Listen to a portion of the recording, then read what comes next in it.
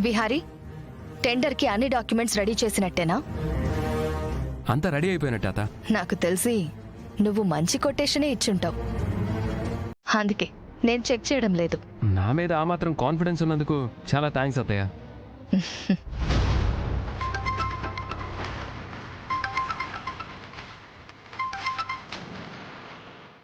Hello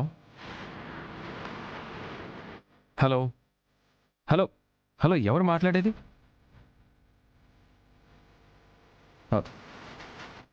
hello, excuse me. Hello,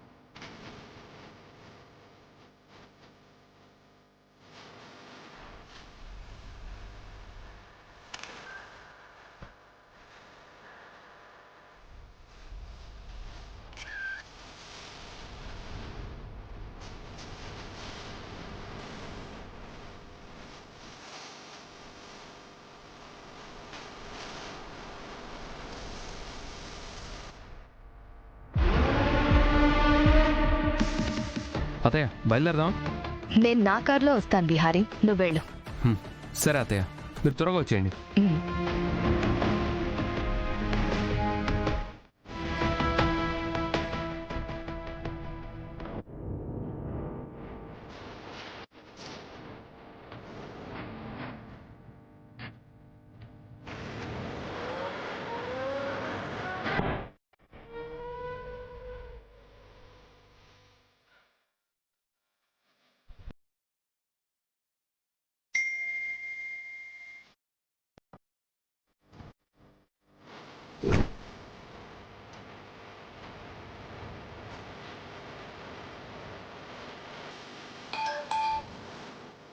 hello. Vihari పతనానికి తొలిమెట్టుగా వాడు tender కోసం తయారు చేసిన డాక్యుమెంట్స్ ఫొటోస్ తీసి పంపించాను, చూసావా? చూశాను అంబిక, యువర్ రియల్లీ గ్రేట్. ఒక్కసారి కమిట్ అయితే దాన్ని ఎట్టి పరిస్థితుల్లోనూ మిస్ చేయవు. ఈ దెబ్బతో విహారీకి మొదటి ఎదురు దెబ్బ తగలబోతోంది.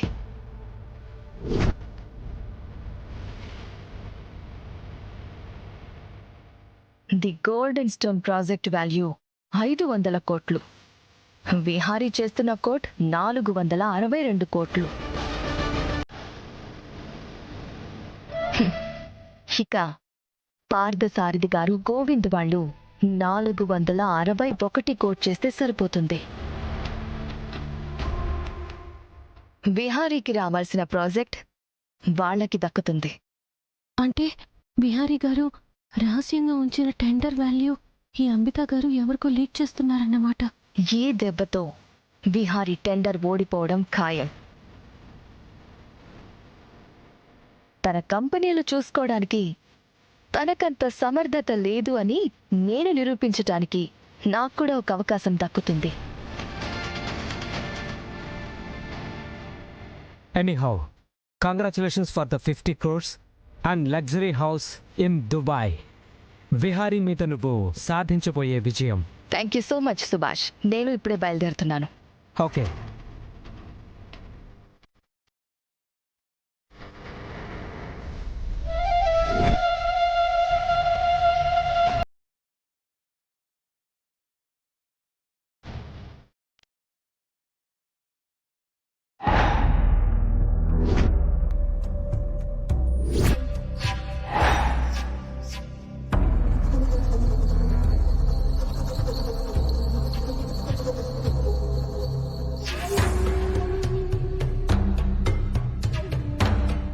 అయిన వాళ్లే బిహారీ గారిని ఆకాశం నుండి కింద పడేయాలని ప్రయత్నిస్తున్నారు.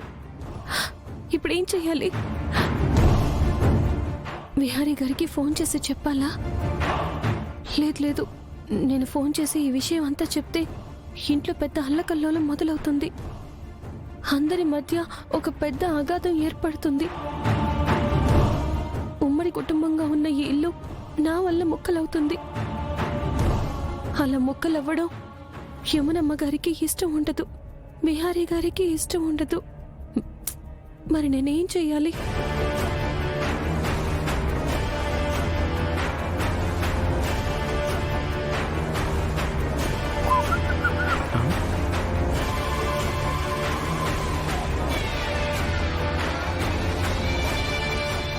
లక్ష్మమ్మ, ఏటైంది? ఎందుకంత కంగారు కనిపిస్తున్నావు? నిన్నే లక్ష్మమ్మ, ఏటైందమ్మా?